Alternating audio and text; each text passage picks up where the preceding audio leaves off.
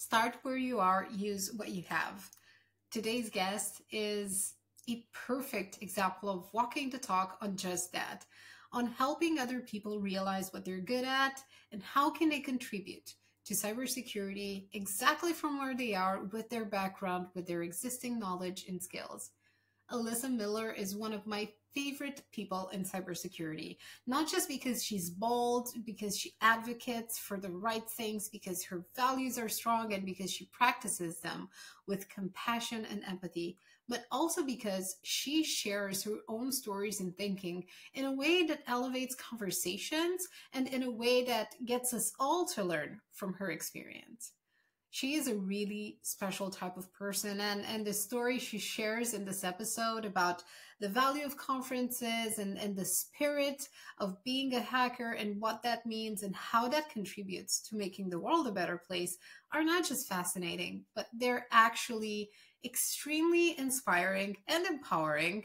As much as that word gets thrown around, I feel like it really makes a difference in the way that she does it, because she's thoughtful about her approach, because she genuinely cares about other people, and because she is brave enough to put conversations in this community that actually makes us think more flexibly, be better towards others, and be better towards ourselves.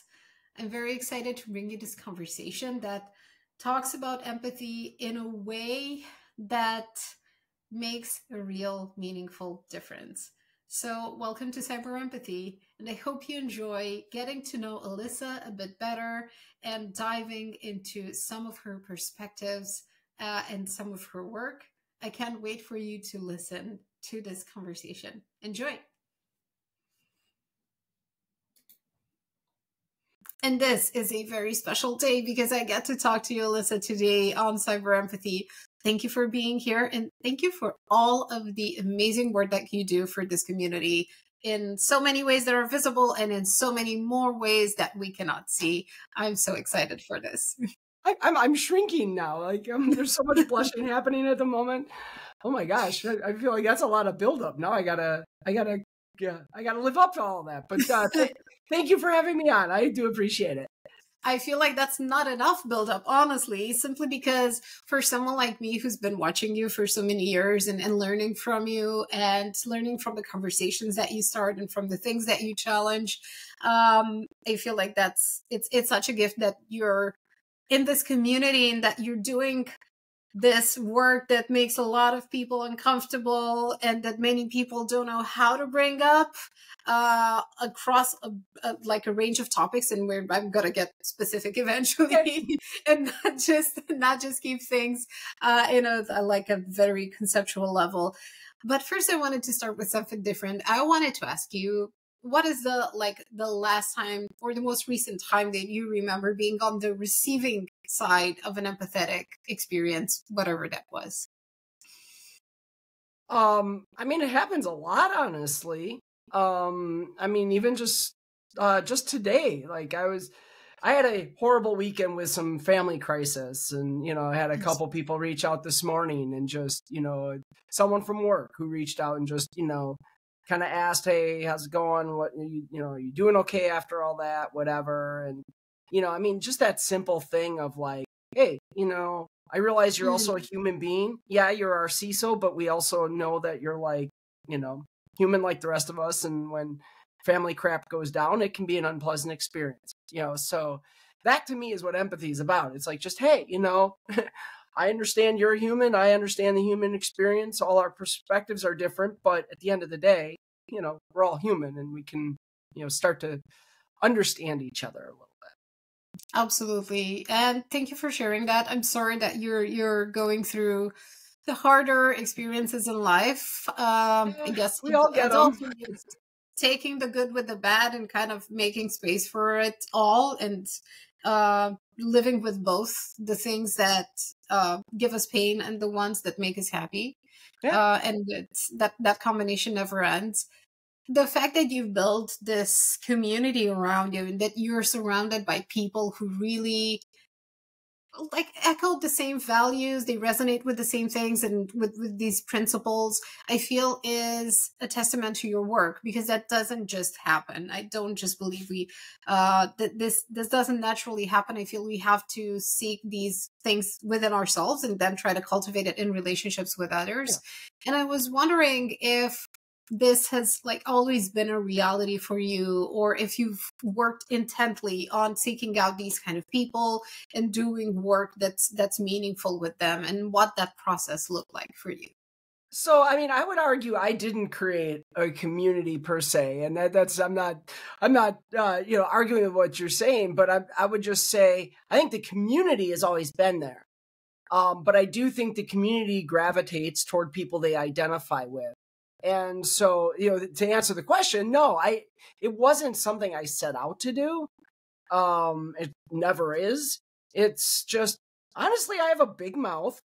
I don't know how to stop talking. And I think what speaks to the people that seem to, come together in circles that I'm a part of is just being authentic and being genuine.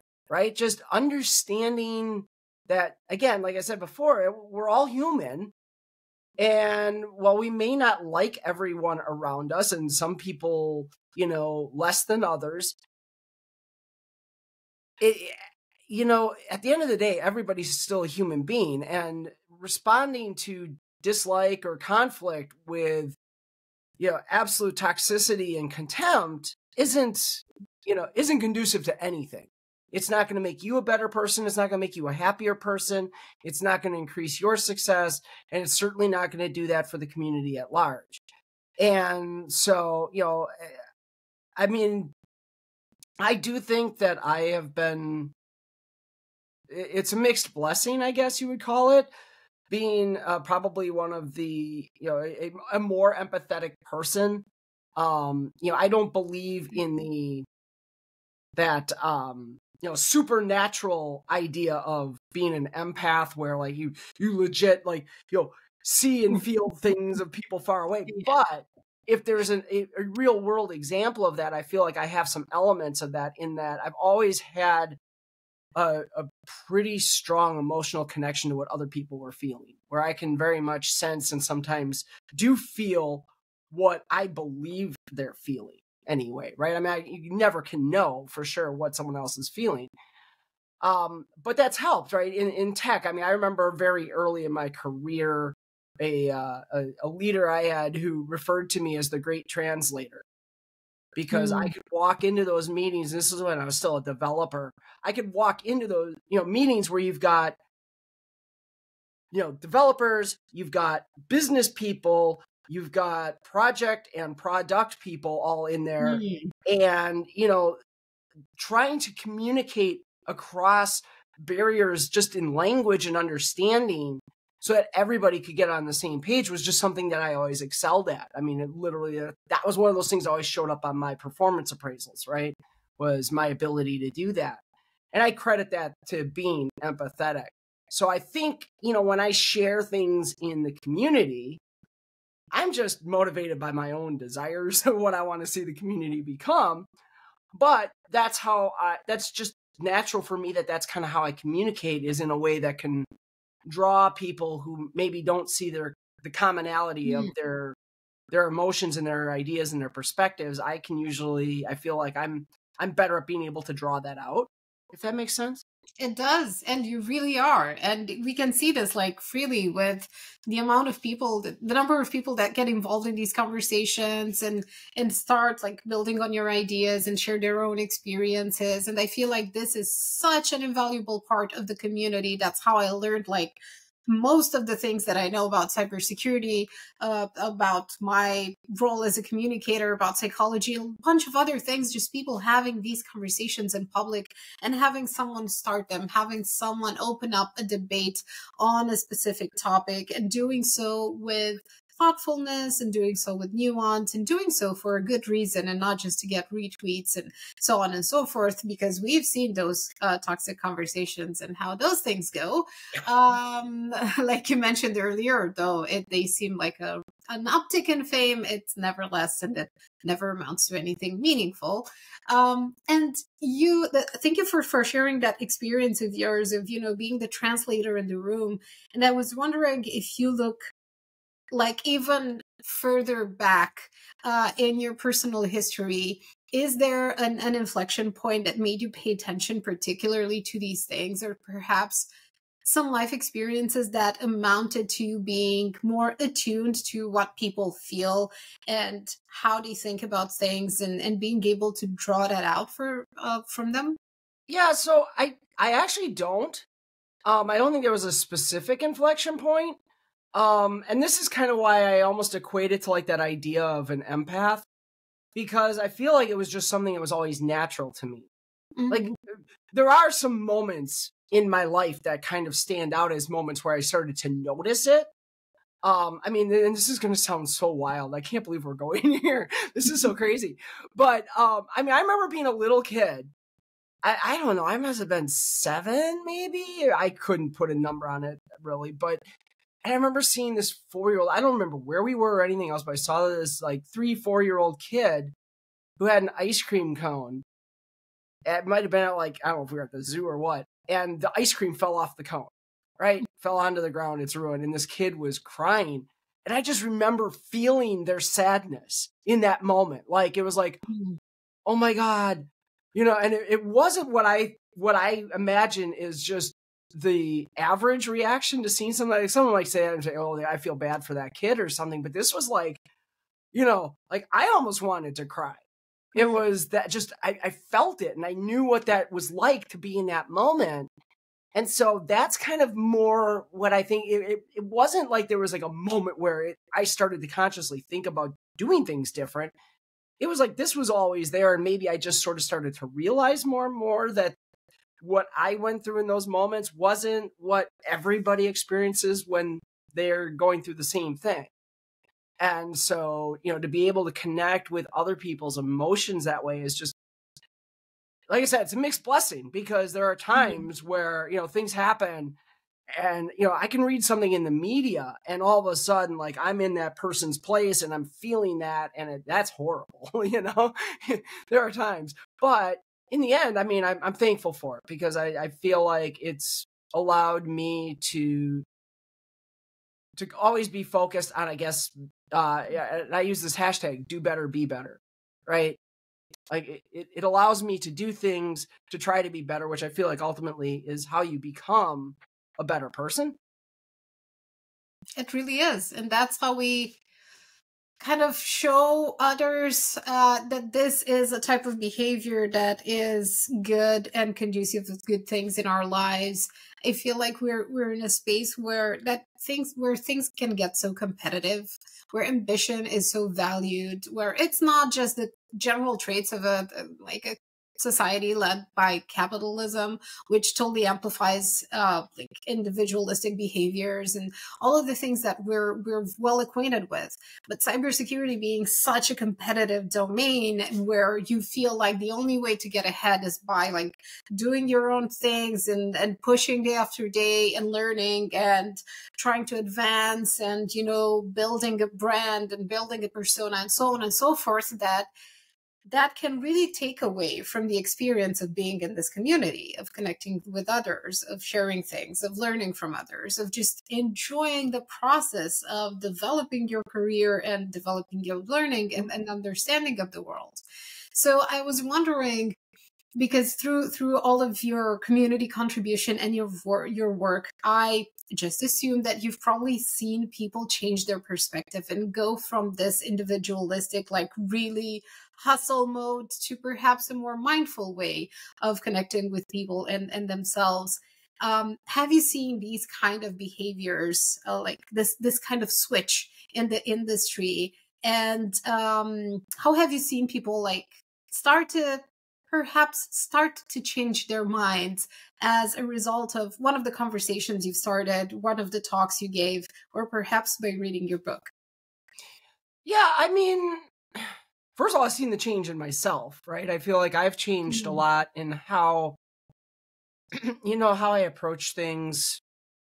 I think one thing that's always been there is kind of my love and loyalty of, at the time I would have called it the hacker community. Now I just look at it as the cybersecurity community overall. mm, But I mean, I grew up in hacker culture, right? I mean, my teens, I was, that bullied kid, that kid that people didn't get. I mean, I bought a computer at 12 in the late 80s, early 90s. Like, what kid did that, right? I was into this weird computer thing that no one else was into in my small school.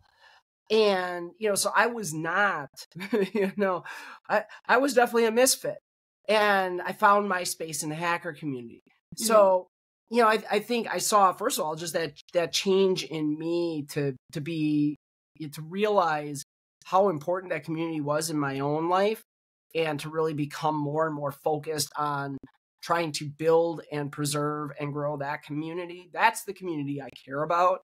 mm, Um, and yeah, I've seen it in others. I have seen others, and I don't know if it's me, or I'm not going to take credit for it, certainly, but maybe it's in response to some stuff I've done. Maybe it's in response to some other stuff. Maybe it's in response to the fact that there are a lot of people out there like me who have, a similar approach to mm, things. But I have definitely, through, just interactions on social media, seen how people have become more aware of just how simple terminology and things even can be hugely impactful to other people.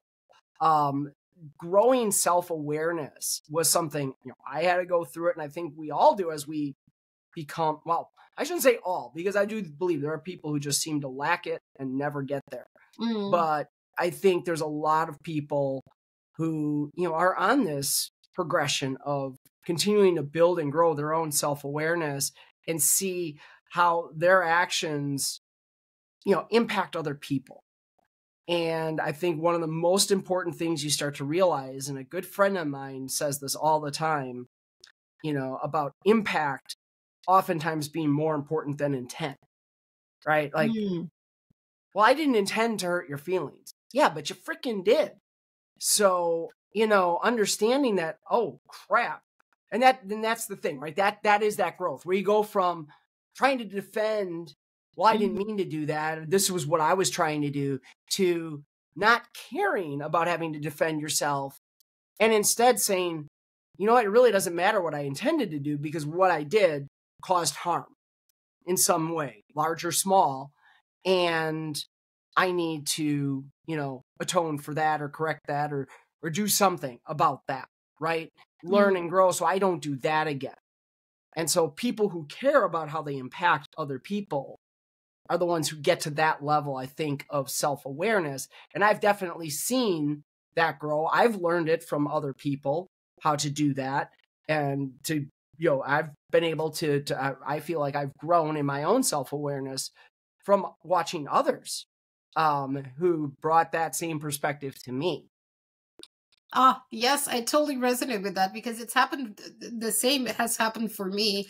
I've had access to all of these views that have really made my thinking more flexible and more open than I thought it was, and that I thought it could be. And it's made me honestly a better person, first of all, to myself, because when we learn to do that with ourselves, we can be better with others. If we hold Yep. ourselves in a prison and under some very tight rules, if we constantly like have this inner dialogue where we feed our own self-limiting beliefs with I can't do that, that's not for me, I can't do that, I'm not capable of doing this and that, then that becomes the way we see the world, and that Mhm. becomes the way we evaluate others, and that makes us judgmental, and it spirals into something that can be quite can become quite toxic. And thank you for sharing that example of impact over intent, because that actually led me to think about something that I learned in a course I did on listening skills. And one of the key like tenets is that if the other person misunderstands you or mishears you, it's because you didn't communicate well enough, not because that it is that person's fault they didn't hear you. And I really love that thing. I try to remember it when my boyfriend doesn't hear what I say. It's like, I didn't communicate clearly enough, so I need to do some work on that. You know who struggles the most with that fact? And I will call that a fact. This is the key thing. This community has such a hard time accepting that, right? And when I say this community, I mean cybersecurity. The number of conversations I get into where, someone has this perspective of, I'll go with an extreme example, the stupid user argument, right? Oh, yes. Like, oh, these users, I tell them this all the time and they still do this thing. Well, then you're not communicating it right to them, are you?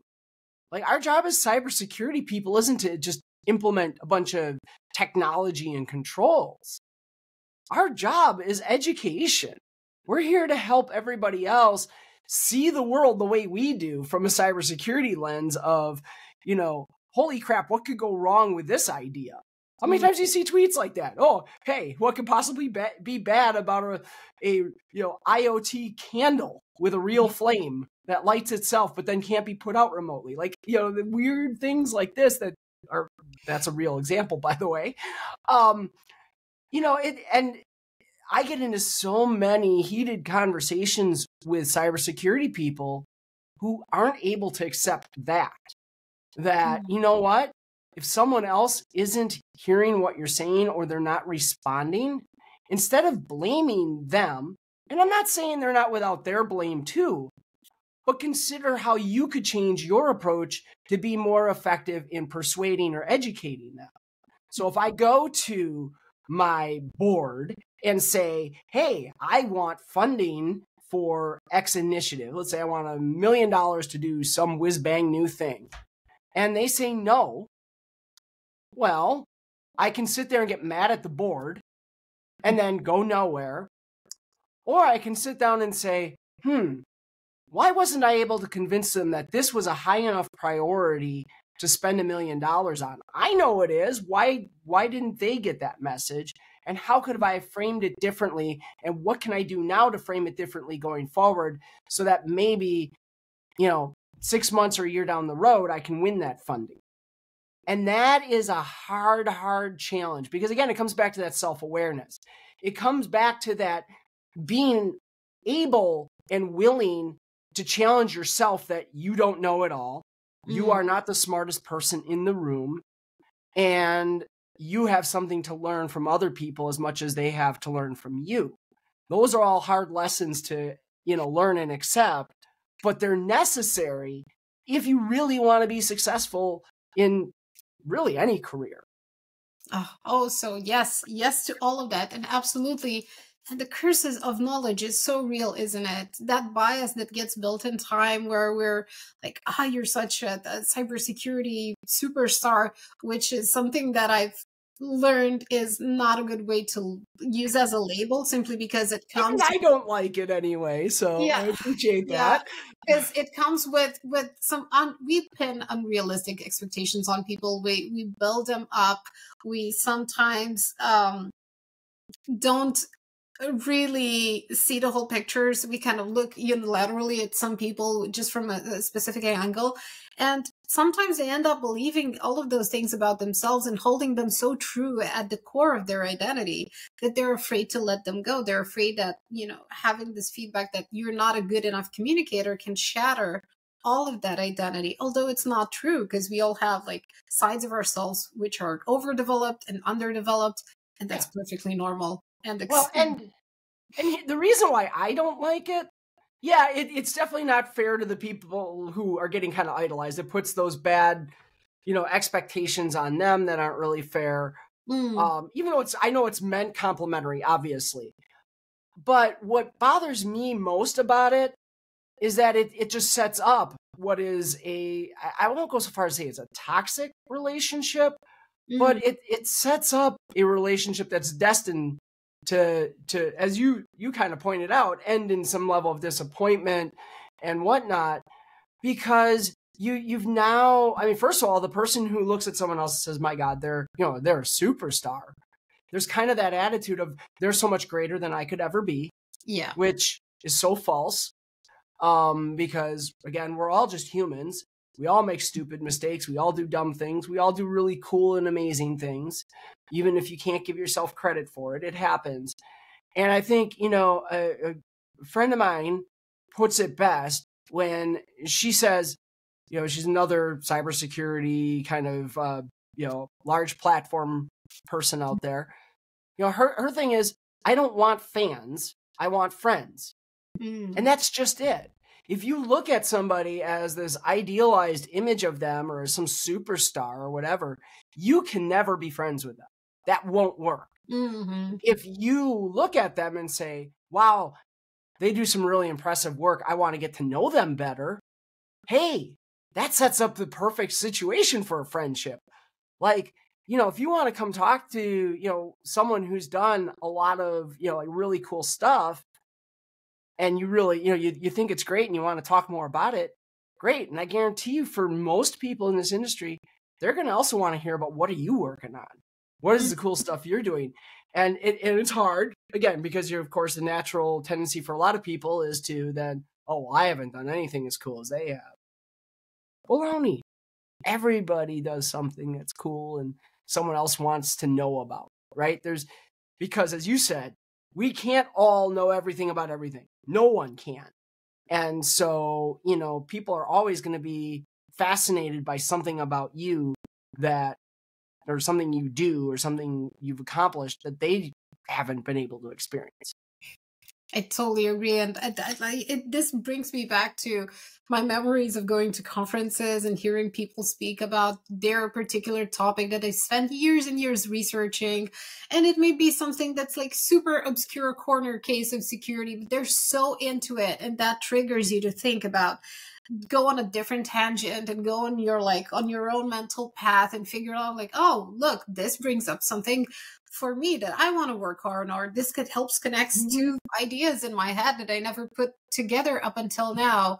It's that kind of interaction and collaboration that makes this space so special. It's that place for being yourself, for not having to pretend to be someone else. And this is what I actually love the cybersecurity community for, because we get to be like our flawed, imperfect selves, constantly looking to make the world a better place, even though maybe many of our efforts fail, but some of them actually succeed and they just touch someone, and then it makes like the next decade really worth it. You just put a finger on something that I've been trying to get my finger on for a really long time. And I hope you don't mind, but I want to highlight it here. And that is, I've struggled to communicate to people what is unique about like conference culture in cybersecurity. And we point to elements of what the conferences themselves are like and whatever. But I think what you hit on that's really important, that is different, at least from my experience going to like dev conferences and other, HR conferences and other things. Yeah, I've been to all sorts of interesting stuff. Is a lot of times those conferences will talk, a lot of the content is how-tos and, industry trends and things like that. They're all great topics. But if you look at cybersecurity and the topics that people discuss, and indeed, this is where it came from. I mean, this is when you think about where DEF CON even started. I mean, yeah, it was kind of just a grouping of friends, but it's a grouping of friends who wanted to get together and talk about what they were passionate about and how that led them to digging into and researching something or whatever. So much of the content, the genuine content at cybersecurity conferences is exactly that. I mean, I can think of a bunch of different examples, things that weren't even really cybersecurity related necessarily, but tangentially fit, that people shared this thing. Like you said, this kind of almost edge case, but it was something cool that they wanted to dig into. I went to a talk at Black Hat years ago. This guy was talking about, some type of, I don't even remember all the details of it now, but basically leveraging SVGs as an attack vector. And I'm like, how the heck did you get to that? And it turned out that he just, he did like a lot of stuff with imaging, and he worked with a lot of SVGs, and he started to think about, well, wait, how could I leverage this? Let me dig into this some more, right? So he combined two passions he's got, and now he, and you see so much of that in cybersecurity too, where people will share a talk that unites something from their personal life that, is kind of maybe a little unique to them, and they bring it to the cybersecurity world, and it all feeds on each other. I think about the people who work in the car hacking village, right? Who are just really into cars and CAN bus, and then they started to figure out whoa, there's lots of stuff here that could be a problem. So it's not, those people oftentimes are not there sharing it as here's how to hack CAN bus. Yeah, they talk about that. But it's like, hey, look at how this stuff all fits together. It's really cool, but here's all the problems with it. And we're going to set up an example, vehicle console so you can play with this too. All that, the villages and stuff that we have in conferences. I think that's a great demonstration of that. It's just people want to lockpick village. I want to share my excitement with learning how locks work and how to pick them. That's awesome. It really is. And actually something that you made me think of is that this, in cybersecurity, we're so very focused. And this is an idea that IPSec actually shared in a different conversation we had, that we have this bias for negativity because we're constantly looking for things that could go wrong. But what's interesting about presentations and cons specifically is that even though we're looking and explaining all of the ways that things could go wrong, we do so with enthusiasm and positivity on how we can actually fix this. And we're so excited about sharing all of those things and learning about those things and getting to know the people who actually, did the thing, the weird little type of research that no one else has thought of. That enthusiasm kind of, it compensates, it balances things out. It puts everything in a bigger positive context, which I feel is such an unseen part of cybersecurity and something that I want to bring to people through these conversations and show them there's so much love and enthusiasm on this side of the screen for all of these things. You have no idea. This is what I live for. I love this. No, it's so true, because you think about this and how people talk about the mystery aspect of cybersecurity, right? There's a mystery to be solved, and we're going out there and we're solving it. And when you find a cool way to solve it or whatnot, and a lot of times that mystery is, how can I break this thing, right? Going back to day one of my life, basically, when I started to, really exhibit early signs of being a hacker, I was 4 years old taking apart electronics. Why? Because the mystery of, I wanted to know how they work. That was it. My parents weren't real happy when I took apart VCRs and things, but, and that, it's that piece. And that's why I think we do have so much passion for it. Yeah, we're always thinking about what could go wrong, but a lot of times we're not even thinking about it from that perspective. It's how could I break this thing? How could I make it do something it's not supposed to do? Or how can I just figure out how this works, because it's a real mystery to me and I want to understand it. And there's so much creativity in that. And, that's a thing that I think people miss too. I'm going to quote yet another one of my friends who, at a conference years ago, gave a keynote. And this is actually tattooed on my back, because I loved it. I resonated with this so well. Was, hackers are not freaks and criminals. We're artists and inventors. We're all creatives. If you really look at it, and if you go back and widen your mind to what a hacker is, where that, you can go to where the term actually was, I guess, incepted with this model railroading club, that really was the one who's credited with kind of coining that term. But it's that person who has that explorative and creative sense to try to figure out ways to solve problems in ways that other people didn't think about. So, you go back to the Ada Lovelaces of the world, right? And you look at what, these people throughout history did that we may not even consider them to be hackers, because some of them had nothing to do with actually computers, but their spirit. I mean, think of Nikola Tesla. I mean, if there is one prime example of the spirit of a hacker, I mean, some of that stuff that guy did, it's a wonder it didn't kill him.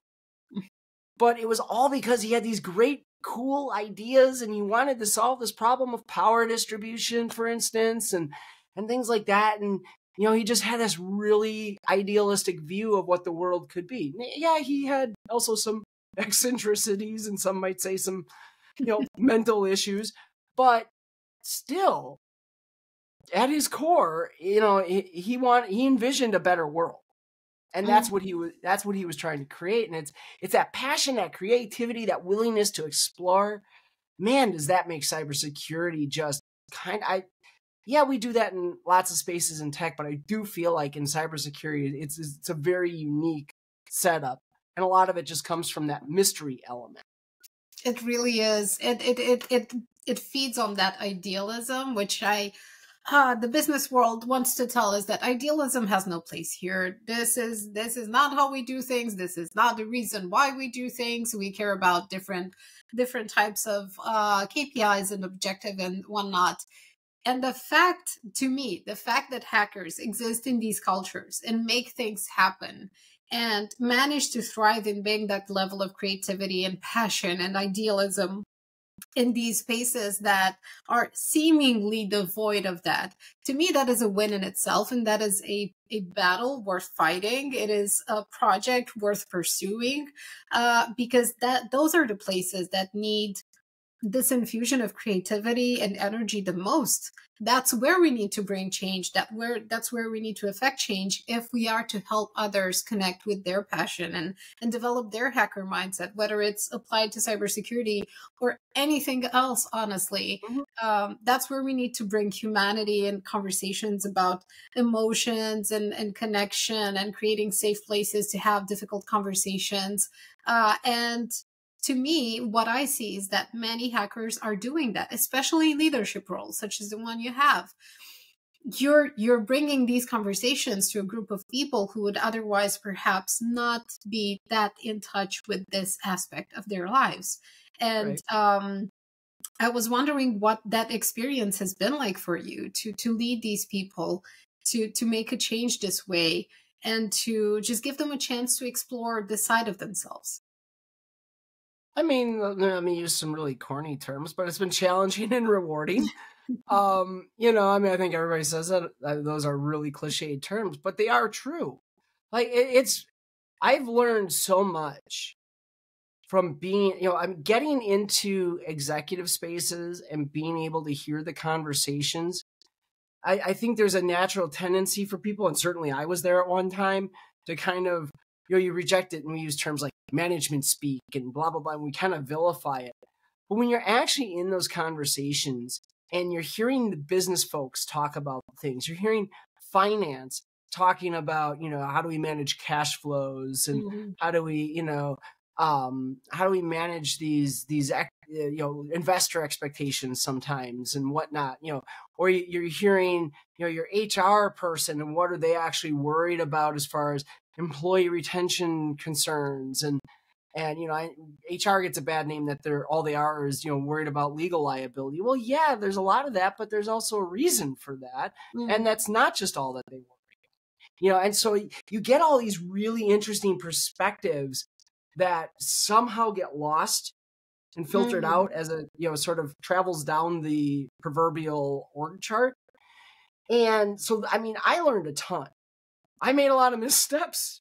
In my consulting days, I guess basically kind of pissed off an entire board of an organization, because I said things not wrong, not dumb, but in a way that presented a picture that was not well understood and resulted in them making incorrect assumptions about what it meant.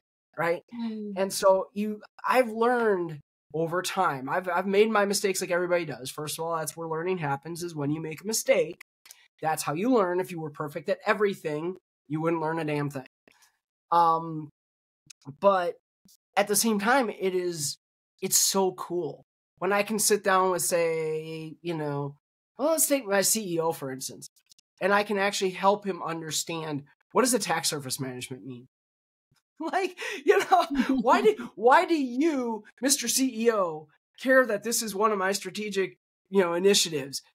Well, here's what it means. Here's what it does for us. Here's how it helps, make our organization not only safer, but also more profitable. And that's the key. And this is the thing you'll hear so much from me if you follow me on social media. I'm sorry, because you'll get sick of it. But being able to actually communicate a business value of cybersecurity that extends beyond the concept of reducing risk. That, showing how you actually help the business make money, showing you how you actually help the business, create a competitive advantage. Those are the words of the other execs in the room, right? That's what they want to hear about. That's what's most compelling to them.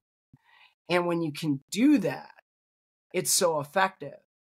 So that's the rewarding part of all this, is having learned that and seen the success that not just me, but seeing my team exude those same ideas, right? And you see them now, they come to me with, different things they're working on, and like, hey, we just saved, X amount of dollars for this business, or we were able to use this security tool to do some fraud prevention thing over here, and it's saving the business a bunch of money and making them more profitable now because they don't have to spend so much time on, fraud processing and things like that. Like, all those kinds of things.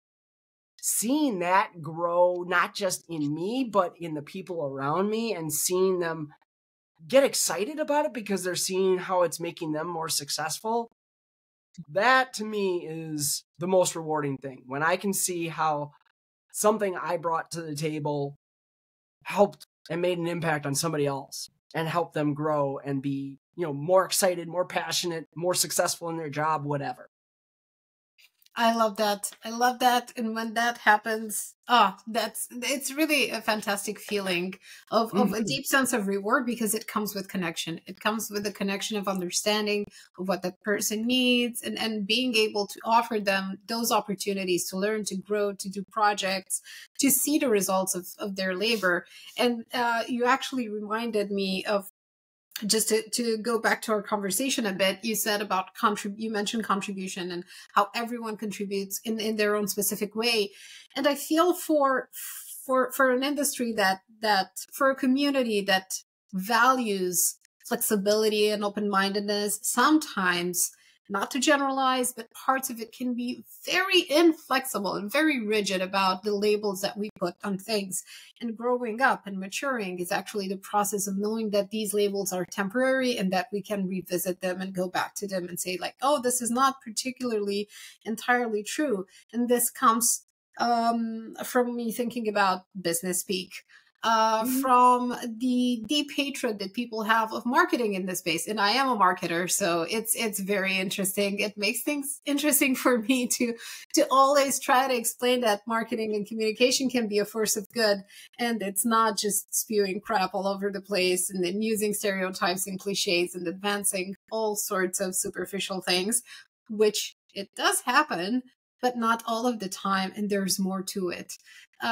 Just having this idea that there's more to it than what we think can be such a powerful start for a conversation, and that's what you do so well, and that's what you've started and kind of put together and refined in your book that offers career guidance in a way that's so compassionate and so meaningful, in a space where, like, the conversation around, like, where do I start and what do I do with my life and how do I figure it all out, is one of the most frequent things that we have, and one of the most important ones if we want to bring, like, other hackers of all backgrounds, generations, and ages, and everything else into this. So how did that project start? Like, what kind of kindled it, and what does it feel now? How does it feel now that it's been in the hands of the community for a while, and that you've seen, the feedback come your way? Wow, how did it start? in so many ways. I can't really point to one. I mean, I guess you could say it started when the acquisitions editor from Manning reached out to me and said, "Hey, do you want to write a book?" That was literally how it got. I mean, that's tactically, but there was so much involved prior to that, right? Like, I've been in this industry long enough. I've watched, I think at that point that they contacted me, I was already actually working on, I was gearing up for a TEDx talk on the same topic. And that was just, I'm sitting here looking at this industry that's complaining we don't have enough people. And at the same time, I'm hearing, like you were just saying, from so many people who are like looking for that first step. How do I get into this industry? And that's such a disconnect. Like, how can you sit here and say we have resource shortages when you got people who are pounding on the door trying to get in and can't figure out how? And then, I did some surveys and some things that tied into this, and I started to see some patterns too of, and a lot of this, some of it kind of reflected what I was already kind of suspecting myself, as far as around it's just bad advice we give. And I always say it's bad advice because it's so common that it's become cliched, and yet it's not working. So clearly it's not good advice. And so I wanted to figure out, how can I give something more productive? And some of this advice, and I know this is going to be a hot topic because I got blasted on LinkedIn for saying this. If someone comes to you and says, how do I get started in cybersecurity? And your answer to them is, well, you need to get some certs, or you need to build a home lab and work there for a while first, you're not doing them any favors. Okay? We've been telling people that that's how you get into cybersecurity for 20 plus years. I've watched it. It doesn't work. It's helpful. I'm not saying there's no value in that. Obviously, certs are important because a lot of employers, especially the federal government, require them. Yes, you got to have at least one to get over that bar, right? Home labs can be great. They can be wonderful for the right person. But not everybody is going to sit down and learn and grow by building a home lab and telling them that that's a necessary thing, or telling them you have to know how to program to be in cybersecurity. Bullshit. I can point you to numbers of people on my team who are incredible cybersecurity people who don't know how to program at all. And that's okay. It's so much broader than any of those. So when I sat down to write the book, the whole point was, how can I give them something more meaningful? How can I give them something that's really actionable and that's going to benefit them when they go in for a job interview, right? When they submit their resume? How do I help them navigate that whole process from, gee, cybersecurity looks kind of interesting, to, look at this, I got my job and I'm already planning for the future. And if you go through the book, that's exactly what it does. And, it was my goal in all of that was I wanted something more actionable than the books that were on the market at the time. Like, there were a lot of books that talked about what you need to study, what you need to learn. Fine, though that's already there. I don't need to repeat that. Let's go into, instead, let's take this from a person-centric view. How do you take the gifts you have, the perspectives you have, and figure out what in cybersecurity is it that you are even interested in? What do you already know? What experiences do you already have? What skills do you already have that apply and would be of value in cybersecurity? How do you present that? Then how do you present yourself in your resume, in the interview process, and beyond? Taking stock of all of that and building a methodical strategy for, this is how I'm going to tackle this, unfortunately, very difficult to enter job market. And it's difficult to enter for lots of reasons, but, there's hiring problems and how we hire. There's problems in the fact that we just don't have career paths for people. But, that's another side I'm trying to fix, but that's a long fix. So how do I address it in the meantime? Let me help these people see a more individual-centric view of, here's how I personally can get myself into cybersecurity. You walk the talk so beautifully on this, not just through the book, but because you encapsulate an idea that I love from a marketer who is actually one of my favorite people in the world. And he says, start where you are, use what you have. Just that. Yes. And that's it. Stop telling people they have to go out and create a whole bunch of new things about themselves. Yes, they should probably learn some stuff. They should probably study. But yeah, no, I mean, how can you just enable them and empower them to just leverage what they've already got? My favorite metaphor on this is the connection and the qualification of a barista to be a SOC engineer or a SOC analyst, right? And I walk through the whole thing. I think I do it in the book. I definitely did it in my TEDx talk. Like, when you can see that and you can, now it's somebody who can take what they already have, what they already know, the skills they already have, apply that and credibly demonstrate how that would make them effective in the cybersecurity space. I mean, that's gold. Now you'll help people get jobs. At least I believe so. And them telling their stories, because when people hear stories, they start to believe that the potential is out there for them. They start to believe like, oh, maybe I can do this too. Because what I've seen people connect with first is not just the idea of a job prospect in an industry that's growing, that's challenging and has a lot of opportunities. It is a personal connection to the values and principles that sit at the core of this community. And when we boil it down, it's about, I want to help other people be safe. When we help other people with our gifts, with our experience and what we know, that's what makes us the happiest.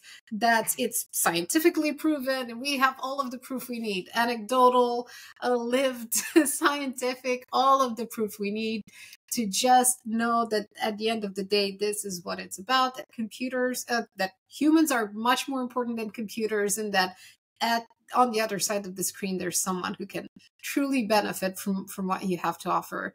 And yeah, I feel very lucky that I get to be on the side of the screen from you and from many other people in this industry whom I absolutely love and respect and appreciate. And you just always make my day better, and you always get me thinking about things that are meaningful and important. So I really is happening, and my cheeks are gonna match my jacket here in a second.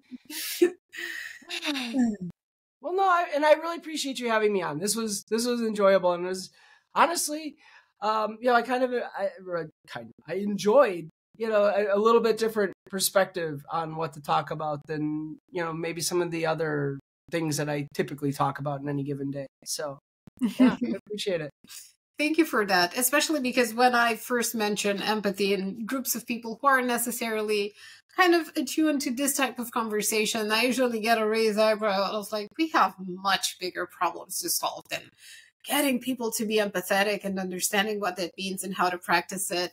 And I'm like, yes, but just hang on for a second. Why do you think that? And then how do you think you're going to solve those other problems? The core of it is empathy. Yes, but day after day, we're inching towards progress, and that's worth celebrating. And yes, thank you for being here, for sharing your stories and for sharing your time with me. I do not take this for granted at all, and I can't wait to see what you do next and follow you on your adventures in cybersecurity and beyond, in the skies particularly.